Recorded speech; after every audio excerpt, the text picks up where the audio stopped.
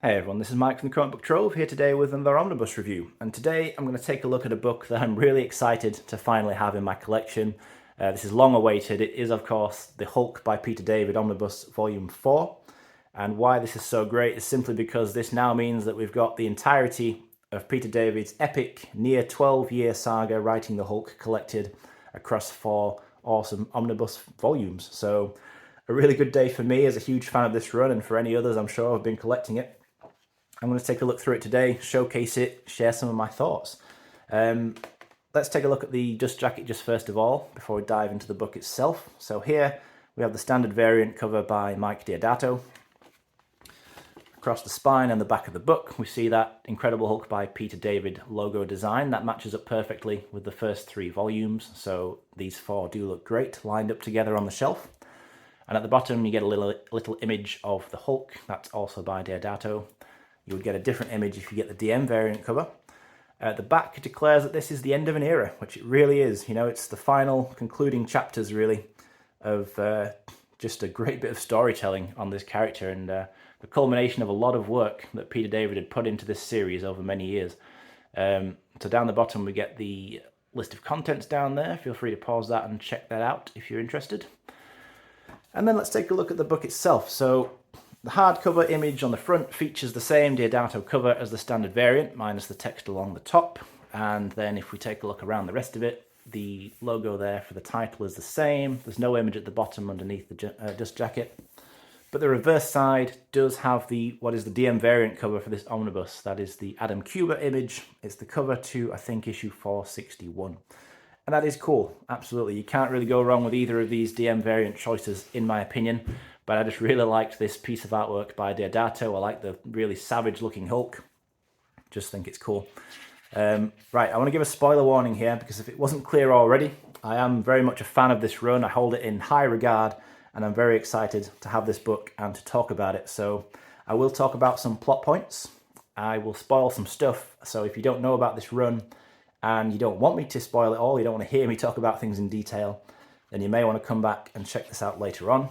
But I just can't resist talking about some of the plot details in here now that I've finally got this book in my hands, to be honest. And that includes talking about the way that this ends. I want to talk about the very ending of this run, because I have some thoughts on that. Feel like I have to share those. So again, just fair warning before I dive in any further.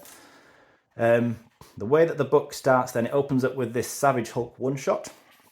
There are a couple of these one-shots collected in here. These are kind of just bonus stories. They don't really form an essential part of the ongoing story within the Incredible Hulk series itself. But it is nevertheless a fun story to check out. This first one features a variety of different writers and artists telling some flashback stories relating to the Hulk. So you get an interesting mixture of different styles in here. Some work better than others, in my opinion, but I'm sure anyone would feel the same, you know. We don't all feel the same way about all art styles, but one thing that is really cool in here is you get a very short piece of work by Jeff Loeb and Tim Sale, who of course are very famous for their work on Batman, but also their work on the different Marvel Color series, including a Hulk one, Hulk Grey, that they did. That was after this, but interestingly this was the first time that both of them had ever worked on this character, I believe, so a nice little inclusion there. But then we get to, you know, the main story when we pick up here with issue 436, and this was the introduction of Angel Medina as the regular penciler on the series, and it starts this storyline called The Ghosts of the Future. This was a 5-issue arc, and it basically sees the transition of the Hulk from the previous phase that we'd seen as the status quo towards the end of Volume 3, where Hulk was living with Betty, kind of in hiding, keeping a low profile in Florida. The way this all starts is the army has found them, basically. Their cover is blown.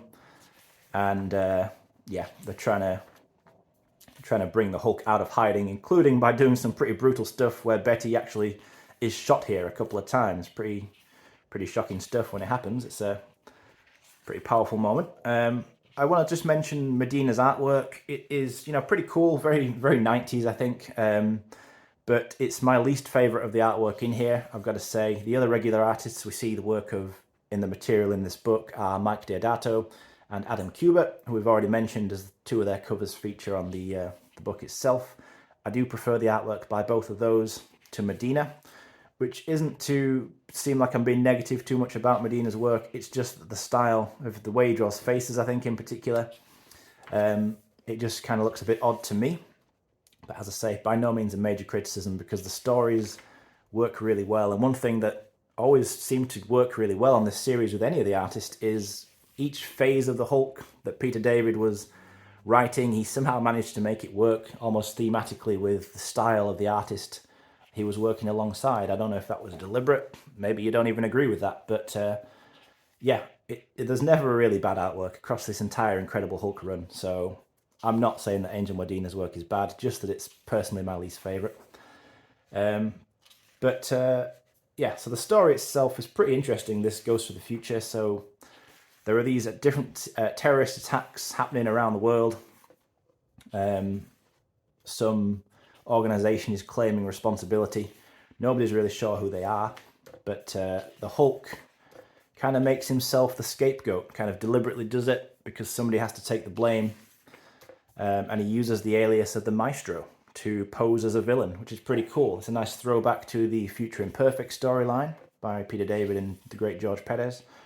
I love how the Maestro's legacy after that story kind of carried on, and you know, we hadn't seen the last of him as at the end of that story. He continues to haunt the mind of Banner and the Hulk. Really cool. Yeah, so we get this, something happens to the Hulk in here, he kind of gets blown up, and then he changes colour slightly, so he becomes like this darker shade of green.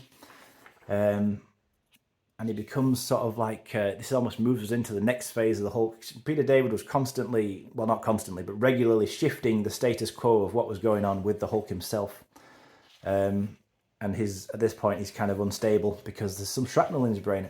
Really interesting story, really interesting take, but what happens here very soon is quite unfortunate.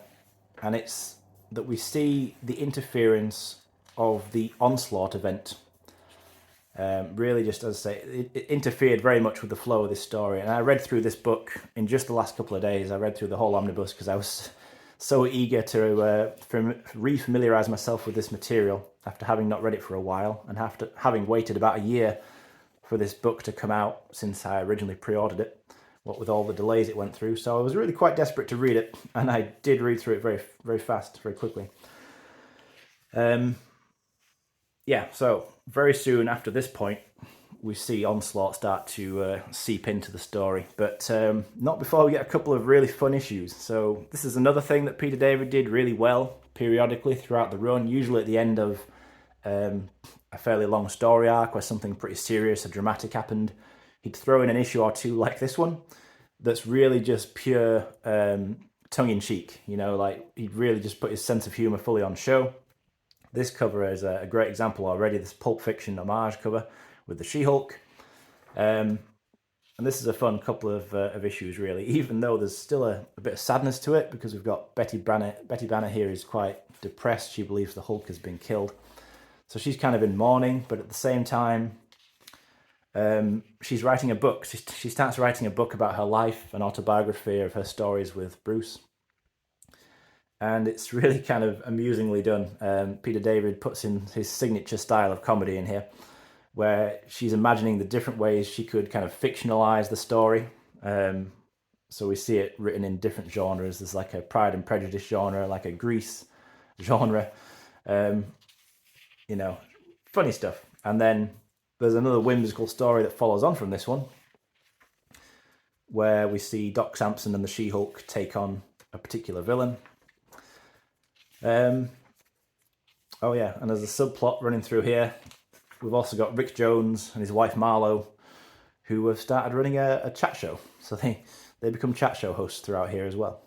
Not that that gets a whole lot of attention in the story, but it's just another fun thing that Peter David threw in there. Because what he was always doing as well is keeping the supporting cast of characters involved as much as possible. But that really starts to go downhill a bit here through no fault of his own. I really feel for Peter David, you know, like retrospectively feel sorry for him, and the frustration he must have felt at around about this point where Onslaught kicks off. But right before that happens, we get this character here, Janice, who is a an eventual descendant of Rick Jones. She comes back in time. She's also from the future Imperfect world. And she becomes a supporting character for quite a while after this as well. But here's the point where we get into Onslaught. It starts off with this issue of Cable, in which the Hulk guest stars. Now, I have talked about the Onslaught event in a whole lot of detail when I reviewed that omnibus, which is probably about a year ago now. Time really flies. It doesn't seem like that long, but I guess it will be. And yeah, so I'm not going to talk about what Onslaught is in too much detail here, but the Hulk has a really unique relationship with this event. But it really does noticeably, like very noticeably, as you read through this, you will see that the flow of stories, the direction that I imagine Peter David wanted to take this story in, was really affected, like almost derailed by Onslaught. And now, at the end of the Onslaught event, to summarize that as briefly as I can here, because it is quite integral to what happens with the Hulk, all the heroes that end up in the Heroes Reborn universe, that's the Avengers, the Fantastic Four, a few others, they jump into this portal that takes them out of the Marvel Universe and puts them over there in Heroes Reborn. And the Hulk kind of does as well. I mean, what happens is somehow, I can't really make it any more clear than somehow because the story doesn't, but Bruce Banner and the Hulk become two separate beings. So Bruce Banner goes into the portal, he goes off to Heroes Reborn, and the Hulk, without Bruce Banner in his mind, remains here in the Marvel Universe. So he's kind of like an incomplete being. He is just the Hulk. He's almost like a shell because the Banner aspect of his mind and his personality is not there. So we get, that's the aftermath anyway, but there's a bit of Onslaught itself in here. This is the Marvel Universe Onslaught, which is the culmination of that event. Most of this, if you're just focusing purely on the Hulk, most of this is actually irrelevant. You could skim over a lot of this if you wanted to, if you're not interested in Onslaught itself. But it's in here, of course, because of what I said just happens with the Hulk. And I'll just show you how briefly that appears on page. It's right at the end of the story. Let's have a look. Yeah, so where is it?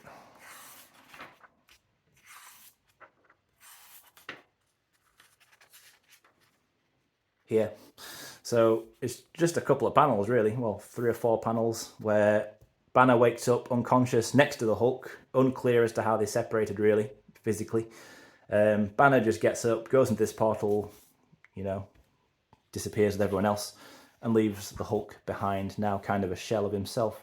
So now we get Onslaught Aftermath, where Peter David has the unenviable task of carrying on his own story, despite the fact that the Hulk is, I don't even know, how do you describe him? Not a complete being at this point. So post Onslaught, post Banner, this is a graphic issue. I'll tell you, this is quite disturbing in a way. 446, this one. This is where the Hulk wakes up now, Banner having left him behind, and he kind of breaks down. Like his body literally starts going crazy. Like the overload of radiation mutates him. He's tearing his own skin off because it's so painful that he's going mad with pain. He's trying to remove the source of the pain, even though that is himself. So this is pretty cool artwork by Medina. He draws a good kind of mutated Hulk here. At the meantime, you've got the subplot with Janice from the future. She's doing her own thing, trying to find the Hulk, trying to find Rick Jones. But then you get so this is, as I mentioned before, Hulk, Peter David often changed the status quo with the Hulk, take things in different directions. So this is really the beginning of, I guess, what you can call a new Savage era, because the Hulk has no Banner in his mind, so he is quite just brutal and savage and mean for a while. And this is where Mike Deodato takes over as the new penciler to bring in that new phase of Hulk. I really like Deodato's artwork. I've got to tell you that I like what he does with this series. He's not usually an artist whose work is up there with my list of favourites, but I do like his work on this series. I think it's really cool. And this, so this whole part now with the Hulk kind of being empty, he doesn't really, he keeps saying that he craves more within the dialogue. It's quite interesting. I do think, I've got to praise Peter David and just say that I think he did the best he could in this situation, where you've got The Hulk is off in Heroes Reborn, but he has to also exist here somehow, in some way. But yeah, clearly he had to adapt his story quite a lot to fit it around Onslaught and the aftermath of Onslaught. I don't envy that task at all, and I do wish that Hulk had been left alone by that event, and that, well, yeah, it's a bit ironic. Hulk only ever wants to be left alone, doesn't he? But yeah, I wish that they'd just let him be and not had that event impacted as strongly on him as it did, because it changes this series quite a lot. And I've got to think that if that wasn't the case, we probably would have seen different stories here. I feel like Peter David would have probably done some other things and maybe better things, but we'll never really know, will we?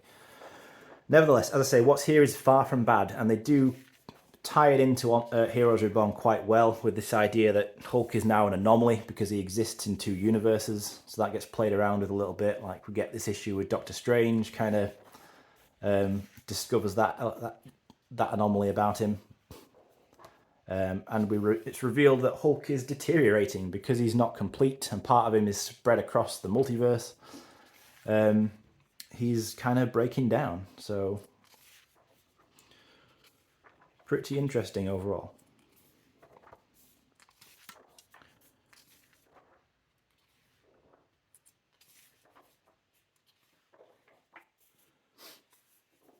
And then this cool issue here where Hulk takes over an island, quite like this. He just kind of declares this place Hulk Island, creates two rules: that nobody leaves the island and that everybody just leaves each other alone. Those are his only rules.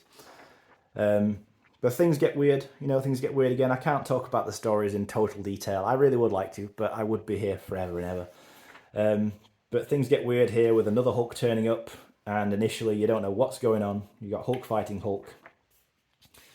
It is explained as to what's going on, but yeah, some strange stuff in here. And this is all because, yeah, as I say, this is the strangest part, I think, of the whole run. And I've got to say, unfortunately, I think it's the weakest part of the whole run. This post-Onslaught era, where you've got a just kind of an empty Hulk, like the incomplete Hulk, I guess you could call him, roaming around. It's yeah, it just doesn't feel quite as strong as the rest of it. And I can't blame Peter David for that, because he had to work with what he was given, and what he was given was a weird situation that he had to try and adapt into telling his own stories. But General Ross comes back to life. He'd been dead since about issue 400. He was apparently killed off. And he comes back to life as suddenly as he disappeared back then, really. As suddenly as he died off. So he comes back into the story. It's a little bit of a stretch as to how he comes back, I will say that. It's an odd ending. I mean, yeah, I just gotta say, like, in general, I do think, as excited as I am to have this volume, and as much as I really did enjoy reading through it again in the last couple of days, rereading it, I really did notice some of the flaws in it this time around. So, and again, it's all because of Onslaught, really. I just want to put the blame on that massive, ridiculous event that is Onslaught, because it really messed with this series so much. And last time I read through this material, which was a couple of years ago now, I feel I didn't notice it so much, but this time I really did.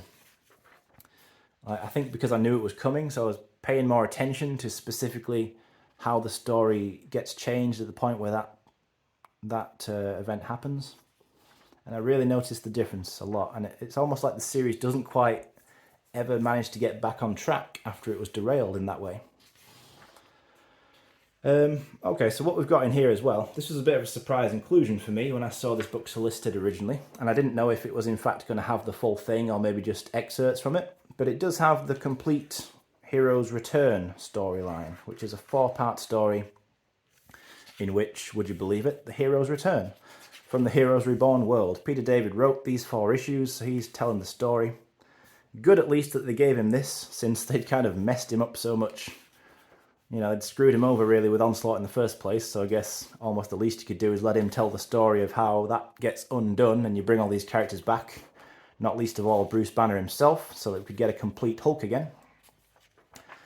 And that's exactly what happens. So this is the story of how they come back, and I've talked about this when I talked about the Heroes Return Omnibus, of which I think these 4 issues are really the only important issues worth reading in that entire omnibus, really. But yeah, so this story is pretty okay, you know. I mean, not really worth reading if you didn't read Heroes Reborn, unless you're really interested just to see how they came back, I suppose. But yeah, the main crux of all you need to take away from this is that Banner manages to come back, and we finally get a complete Hulk again when Banner and the Hulk reunite, which is in here, issue 460. So for this final run of issues, which is the last 8 issues now, 460 to 467, we've got Banner and Hulk transforming between each other again, and the changes are kind of occurring at random, so there's no real trigger for it. It's not anger or emotion, it's not night and day. Some of the things that it's been in the past, it's just kind of happening at random. Nobody's really sure why. But yeah, so I'm getting towards the ending now. And the ending is a little bit, splits my own opinion in a way. I'm not quite sure whether I like it or not. On the one hand, I really do. But what happens in the end is really sudden, and it comes out of absolutely nowhere. So I want to give just a final spoiler warning here before I get to the final 3 issues, I think, that contain that what is ultimately the big conclusion. Starting here, 465. So 465 to 467 are the final 3 issues of this whole run, and things get pretty wild in here. Let me tell you, there's a big shocking thing happens. I wish, personally, there's a point in this issue, 465, that I really wish the story kind of stopped there. Maybe because I'm a bit sappy, and I would like for there to be a happy ending to this really long run that's had a lot of ups and downs for the characters, and we've seen the likes of Bruce and Betty and Rick and Marlowe, who we've followed for a long time up to this point, if you've read the whole thing, go through a lot of emotional turmoil, a lot of physical challenges, and, you know, all sorts, really. Maybe I'm just a bit sappy, and maybe I'm unrealistic, but it would be cool if there'd just been a nice kind of positive end point in here.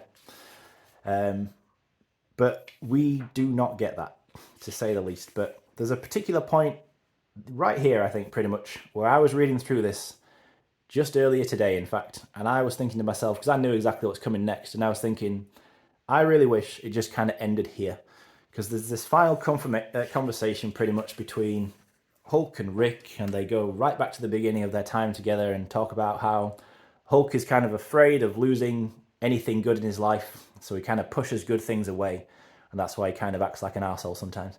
Well, all the time, really. But it's just a nice final moment where Rick's kind of like, look, let's just accept it for now, you know, good things can happen. And then we get a final scene of Rick and Betty kind of, you know, moving on to their next, what seemingly having almost a happy ending. And then out of absolutely nowhere, Betty gets really serious radiation poisoning, like to the point where she is completely messed up out of nowhere. And this is so odd to me because it just contrasts so much with how Peter David had written the story up until this point. When something big was coming, he was almost a little bit like Chris Claremont, or I guess other writers who just plan ahead and they foreshadow things, you know, and that's something that Peter David had done many times over the last 11 years of material that he'd been writing. If you read the run up to this point, you'll see plenty of times where things just creep into a panel here or there, and it's clearly a little hint of things to come. There is not one hint anywhere that Betty is about to get the most serious fatal case of instant radiation poisoning you've ever seen in your life. So they just go to bed happy. Bruce wakes up to find her screaming in pain. Okay? And then the next issue, 466, we see how they deal with that, but she is in an absolutely awful state. And it's just so sudden. That's the thing about it that bothers me. You know, it's just such an out of the blue sequence where what ends up happening is basically Betty dies. She's killed off right at the very end. Now, I mentioned I kind of like it, I kind of dislike it. So I dislike how sudden it is, and on a personal note, I just think it's really kind of a sour note to end things on. It's very sad and tragic. And I get that the Hulk is all about tragedy and that, you know, he's a character who doesn't ever really get a happy ending. That's almost the point of the character. But even so, I just kind of wish there was a bit of happiness to end on, a bit more of a positive note, if anything.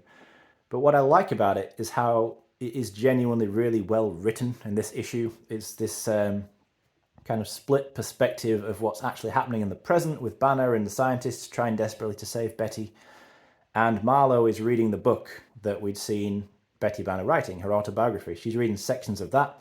And honestly, these sections that are supposed to be read from her autobiography, really, really sweet, really beautifully written, in fact, really great.